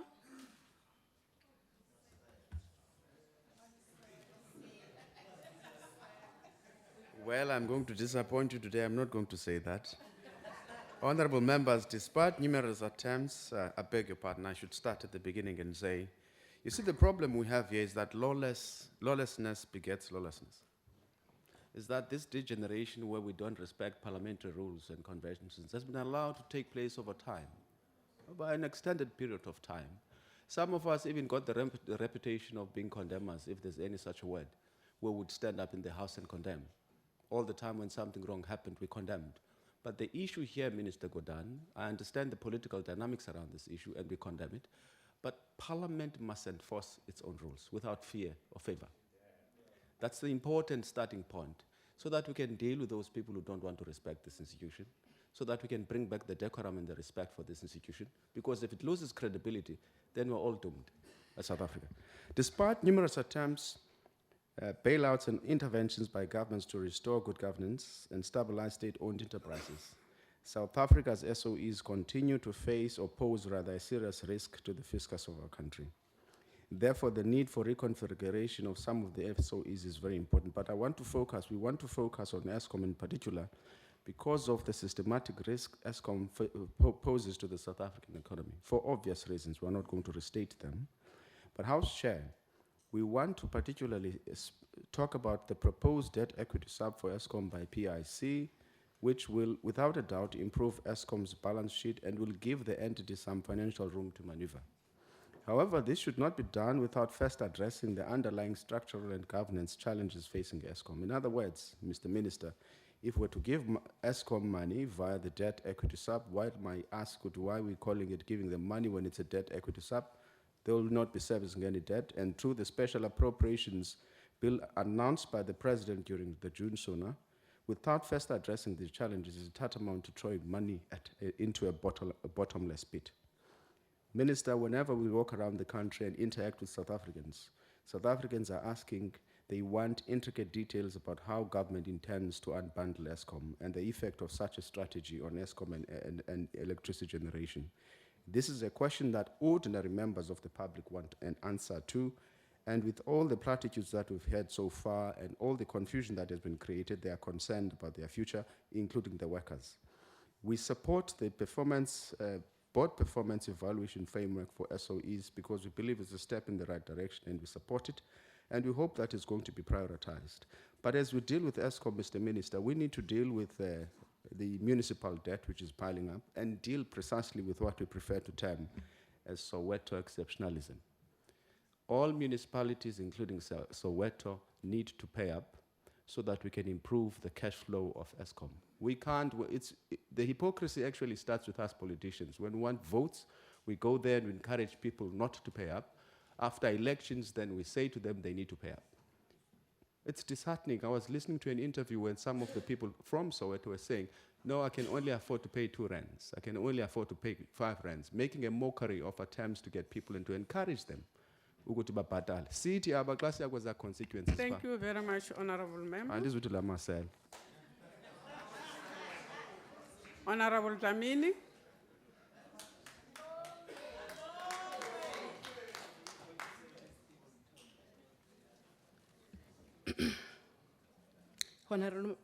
Honorable Minister, Deputy Minister, Directors, members, the ANC 54 National Conference resolved that the main purpose of SOEs is to operationalize the broad socio-economic development plan of government. Transnet is one of the 7 state-owned enterprises under the Department of Public Enterprises. It operates South African ports, freight, and pipeline infrastructure. Essential of core function is to assist in lowering the cost of doing business in South Africa. The corruption, state capture, misallocation of the resources, weakening of the leadership, and breakdown of the control system have had an adverse impact of the performance of the entity. The challenge not have antenna in the ANC government is committed to turning the situation around with our OSEs. The urgency of the situation is expressed by the ANC when they acknowledged and resolved that the firm action indeed require and improve the governance and the performance of SOEs. The ANC did not just allude to the problem, but also the resolve in the same breath that the problem can be resolved by the ensuring and appointment of skilled staff and qualified board members and protecting public institutions from improper interference. Chairperson, I am happy to report that the Department of Public Enterprises has already put turnaround strategy for transport in motion, acting in accordance with the President's call for strengthening of the SOEs in order to ensure that these SOEs fulfill their developmental mandates. The ANC-led government appointed new board members, directors, May 2018. The board commitment is achieving certain and calculating economic and development goal set in the Department of the Public Enterprises. One can begin and explain the importance of this entity and its socio-economic impact that the entity is big contributor for skill and development through the various divisions. Through outreach program, namely healthcare and train and transport, Transnet is the provided primary health and services in the rural community along Transnet. Strategies in corridors. In the financial year, more than 400,000 lives were touched by this entity. This is what our the 2 train through their clinics and provide general health and education, dental, and eye and pharmacy services. Transnet has remained financial substance since the inception. The last time any guarantor guarantees the issue was in 1999. This will expire in 2029.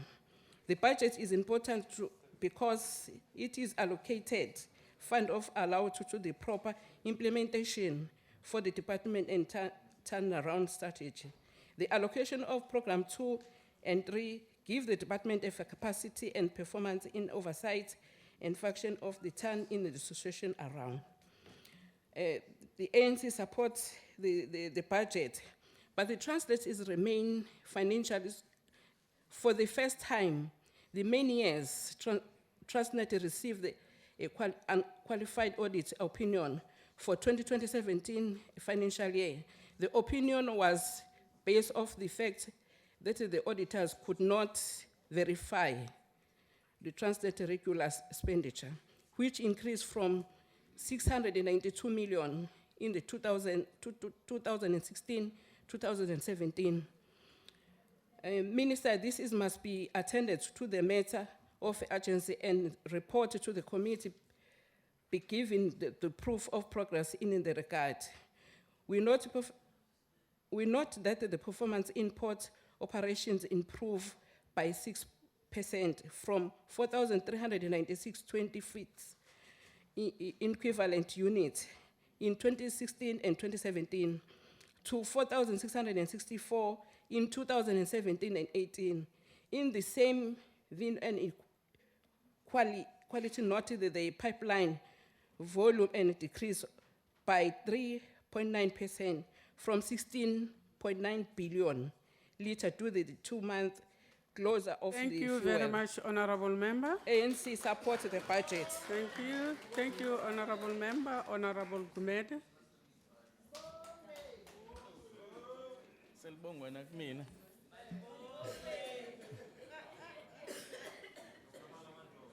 Oh,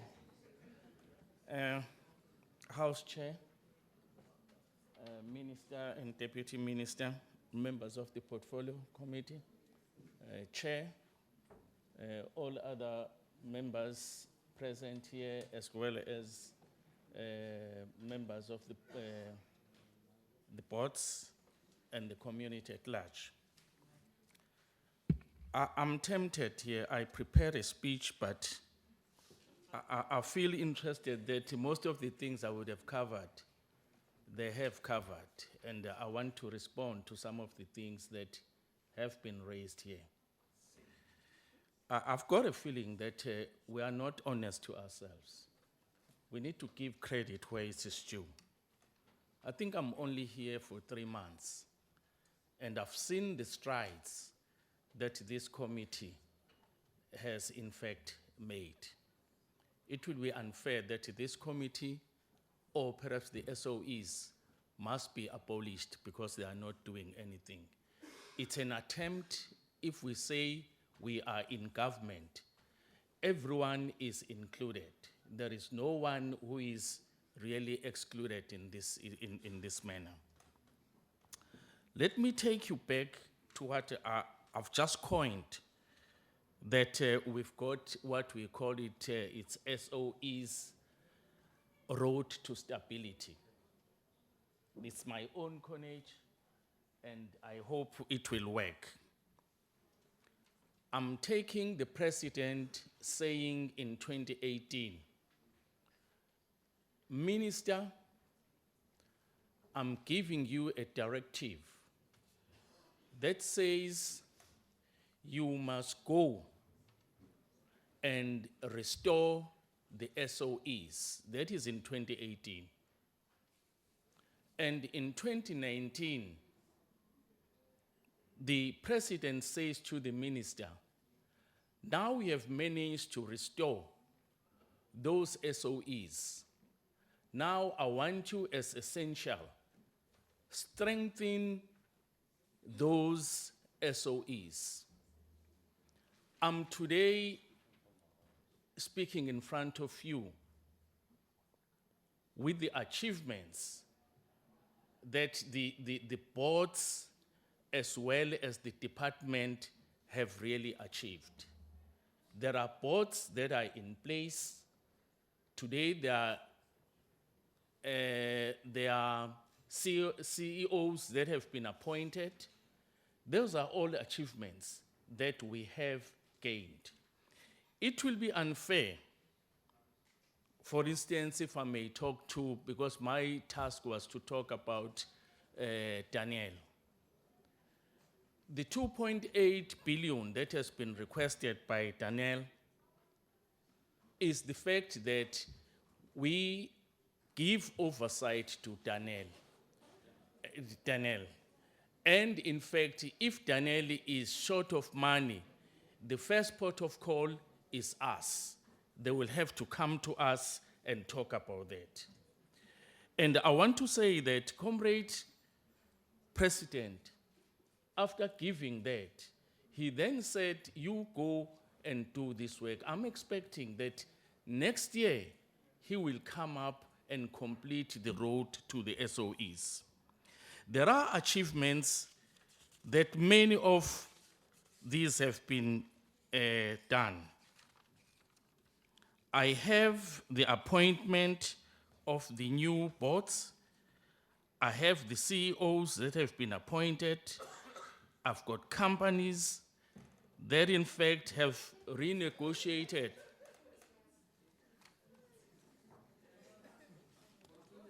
I have companies that in fact the boards are renegotiating some contracts. I have to avoid termination of the staff. They are entering into negotiations with the severance package. And importantly, there is a pipeline of plus minus 30 billion that the company Danel is likely to get once they are flying high.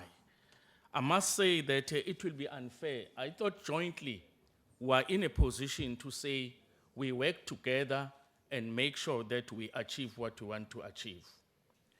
Minister, you have raised something that says there is 600 million that will have to be recovered. May I add something out of that 600 million? I'm not sure whether it is relevant to raise it at this stage. That is it possible that all those people who are implicated, and there is a potential that they may end up being convicted, their bank accounts be frozen? Sorry, honorable member, your time has expired. I support the budget. Thank you. Honorable Peel.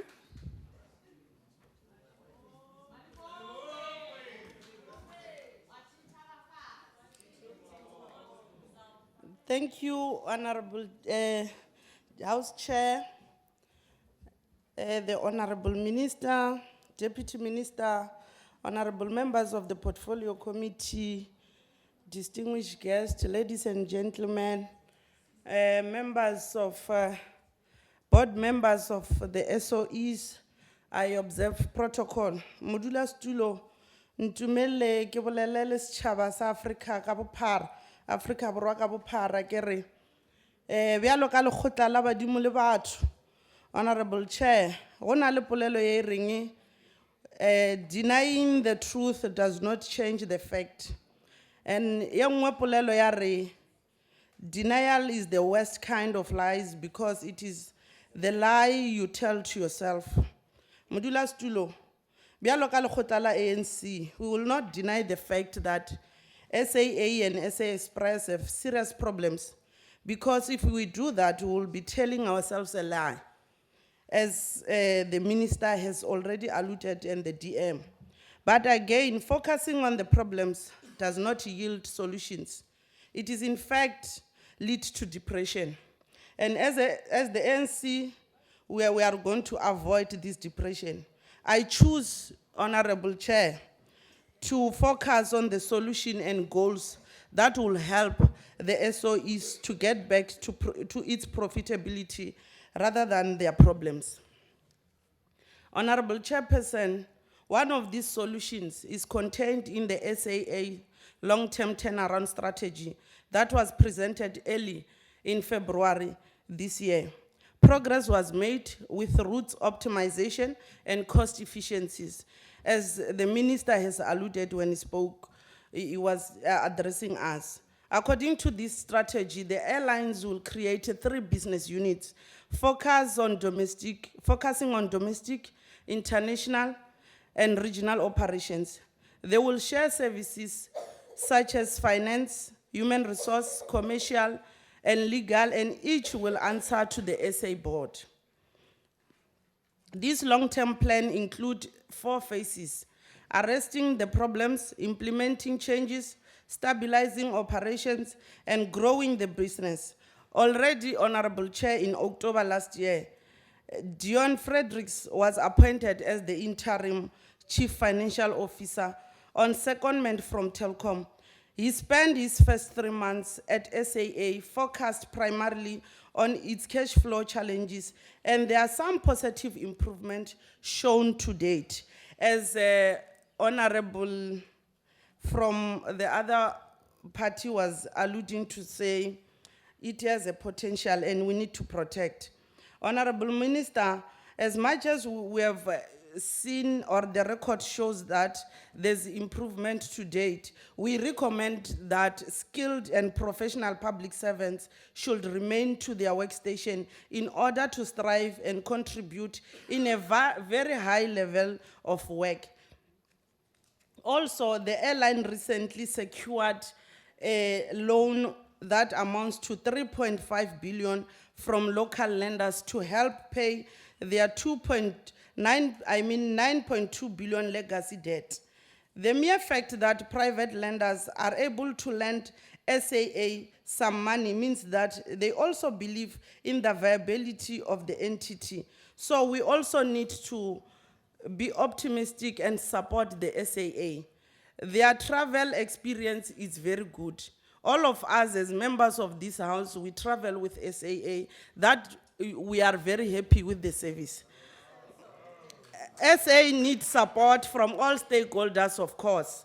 There's no doubt that Parliament is one of these stakeholders, and we should assist SAA through proactive oversight and ensure the strategy is implemented. Honorable House Chair, the government is also playing its part as our President Cyril Ramaphosa recently met with the chief executives of 20 state-owned companies, including the SAA and SA Express, to discuss challenges plunging state-owned enterprises. These SOEs, these CEOs were given clear marching orders by the President, and they have pledged their commitment to ensure that these SOEs are turned around. There are some of the facts that we cannot deny, and they show us that there's still a reason to keep SAA, including SA Express and Mango, on the asset book of government. As such, we are in support of the government bailing out the entities with conditions, of course. We do, of course, understand why this was not done in this current budget. In conclusion, House Chair, Thank you, Honorable Member. we, as the ANC, we really support the budget vote and call on the Minister to speed up the consolidation of the airlines. Member. Thank you, Chair. Thank you. Honorable Marais.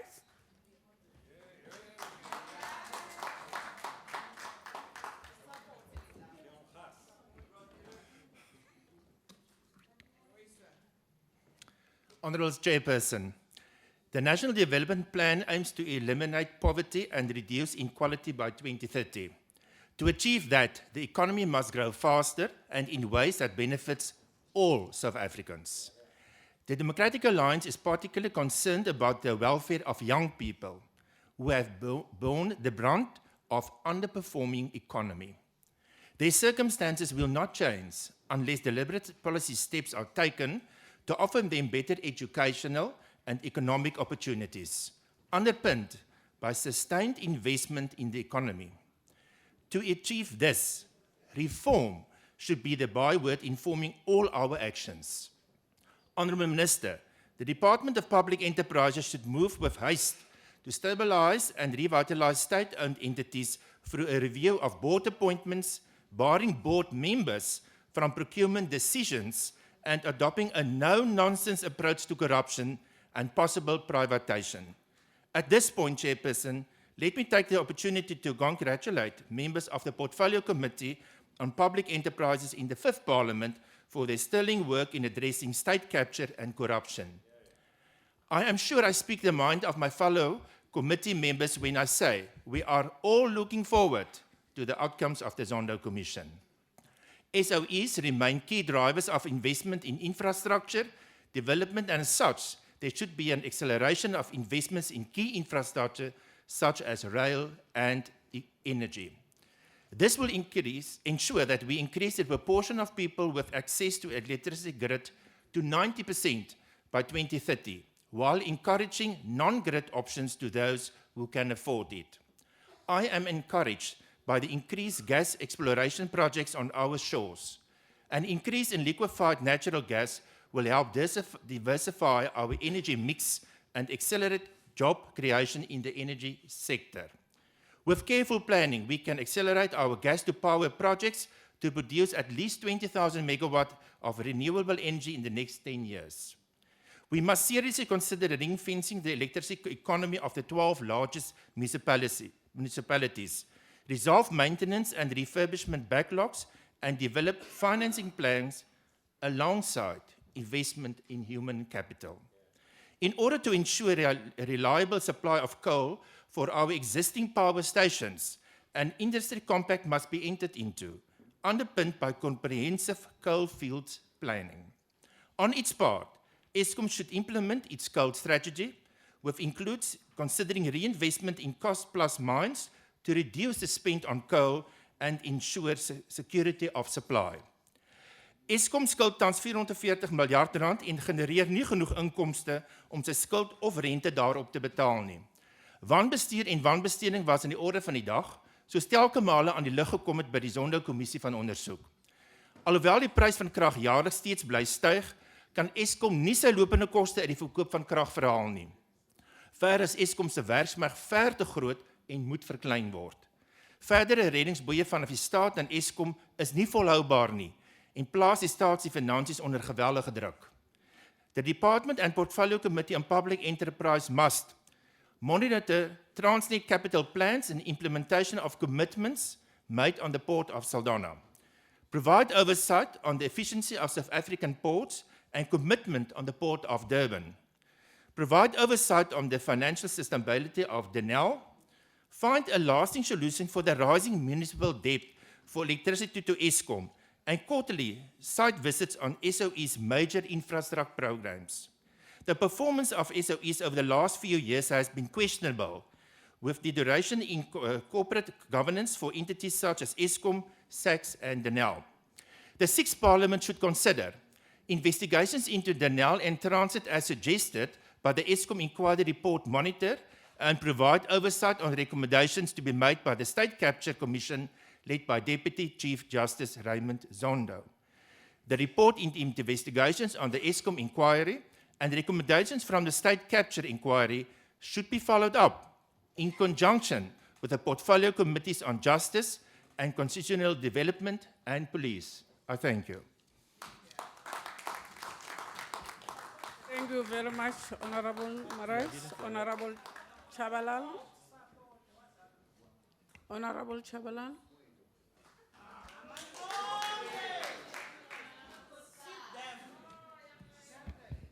Thank you, Honorable Chairperson, Honorable Portfolio Committee members, Honorable Chairperson of the Portfolio, Honorable Minister, Deputy Minister, guests in the gallery, fellow South Africans at home who are watching.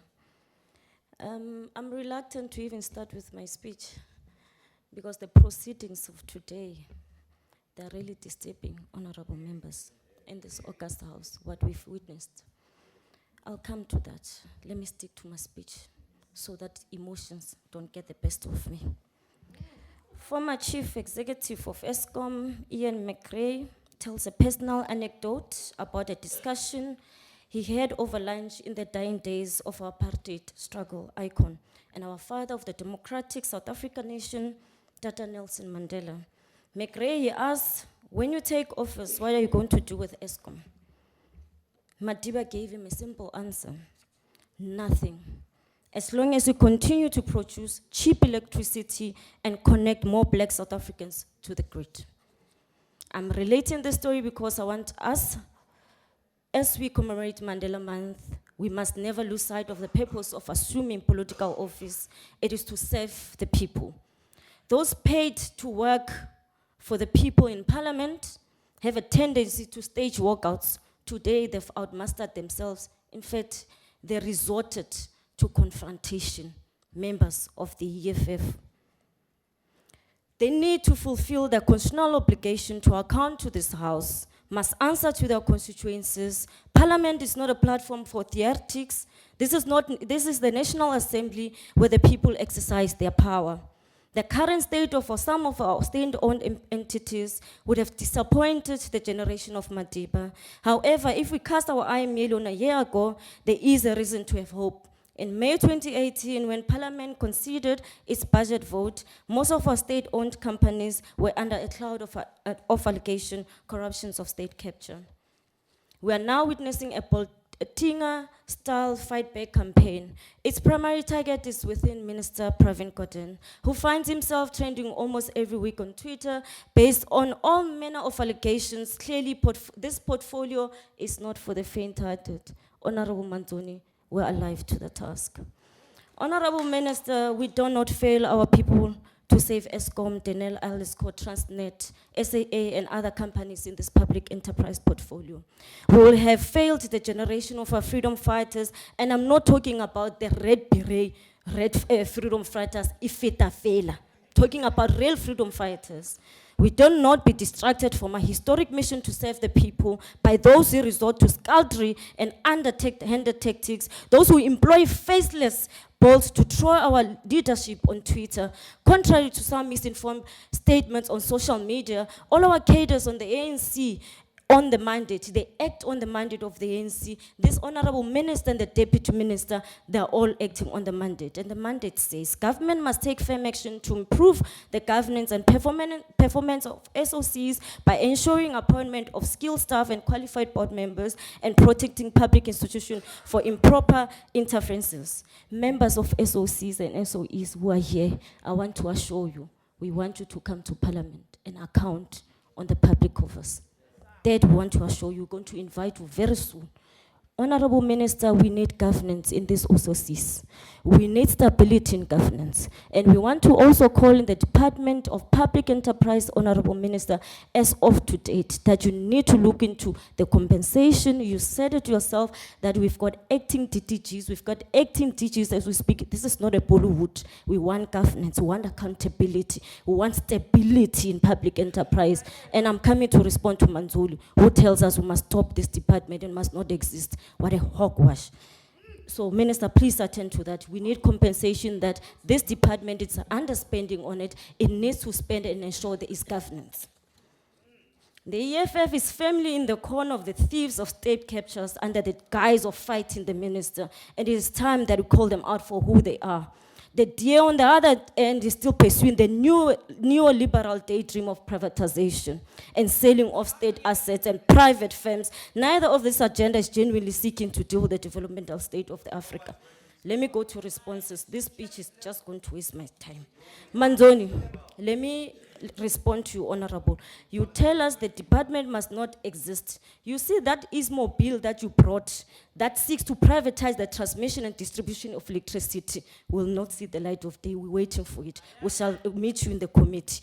And I want to reiterate what the Deputy Minister is saying is true. It's disruptive, that statement.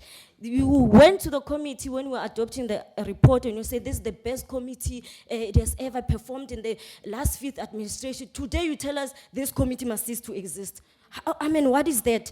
And you tell us the ideologies and you say the ANC does not have political ideology and political background. Let us ask you, what is your political background? Neoliberalism will assist you. We don't even understand what's your ideology. We don't even know who formed you, under what backlogs. What is your value system as we are speaking? We don't know your identity. Let us tell you the African National Congress identity. And the identity is the National Democratic Revolution. We are building developmental state. You like it or if you don't like it, we are going to rule and we're going to govern. And the state-owned entities, they are going to continue. Let us ask you about the former Mayor Msimang allegations of Glad Africa, the one that you removed and took him to Gauteng. And you failed to also answer to the people of Tshwane. This marriage of yours on EFF that has come to fail, that you don't want to speak about, and tell people of South Africa that what is this marriage of convenience that you are doing? Right now you want to run away and you want to tell us the state-owned entities. I want to speak to this mayor of Johannesburg. The people of Soweto have marched to ESCOM and all this, the ESCOM board. And we want to say to you, can you go to people of Soweto and really deal and be one with the community? Thank you Can very you much, deal with the Honourable issue Member. of indigenous and make sure people of Honourable Kadi and Member, thank Mulotari you. get the service? The ANC support this vote. Honorable Minister. Honorable Member. Honorable Minister. Honorable Members. No shouting. So, House Chairperson, Continue, let me Honorable thank Member. everyone for their contributions. This is just the beginning of the 6th administration, and it's good to see that we are as lively as we should be and focus on the substance of what do we do with SOEs, what kind of positive role can they play, and where we recognize that state capture has caused immense damage to reputation, structure, finances, and operations of SOEs. Let's focus on how do we fix them and deal with those who are fighting against the recapturing of SOEs and expose them for what they are doing. I also want to share the compliments that have been paid to the 5th Administration Portfolio Committee. And hopefully, and I'm sure, the new Portfolio Committee will emulate the good work that they've done, run the inquiries into these entities. If we are falling short, tell us where we are falling short. Indeed, tell the boards and management themselves so that we get your help to actually fix them. I think we must be reassured about the fact that the President regards the fixing, if you like, and repositioning of SOEs, particularly the bigger ones like Eskom, Transnet, Denel, SAA, or the airlines more generally, indeed PRASA as well, as an absolute priority for the 6th administration and his government. To Honorable Mazzoni, let me say that there's a lot of room to debate whether SOEs have a role to play in an economy or not. All I want to do is to draw your attention to various OECD studies as recently as the last year or two, which shows firstly how the influence of SOEs is growing in the global economy and economies more generally. Secondly, if you let me continue, you will have your chance at some stage. Honorable Member. Secondly, Please. Sorry, Chairperson. Refrain from what you do. Secondly, that in particular, there are models around the world, Temasek in one instance, SASEC in another, there are Scandinavian examples as well.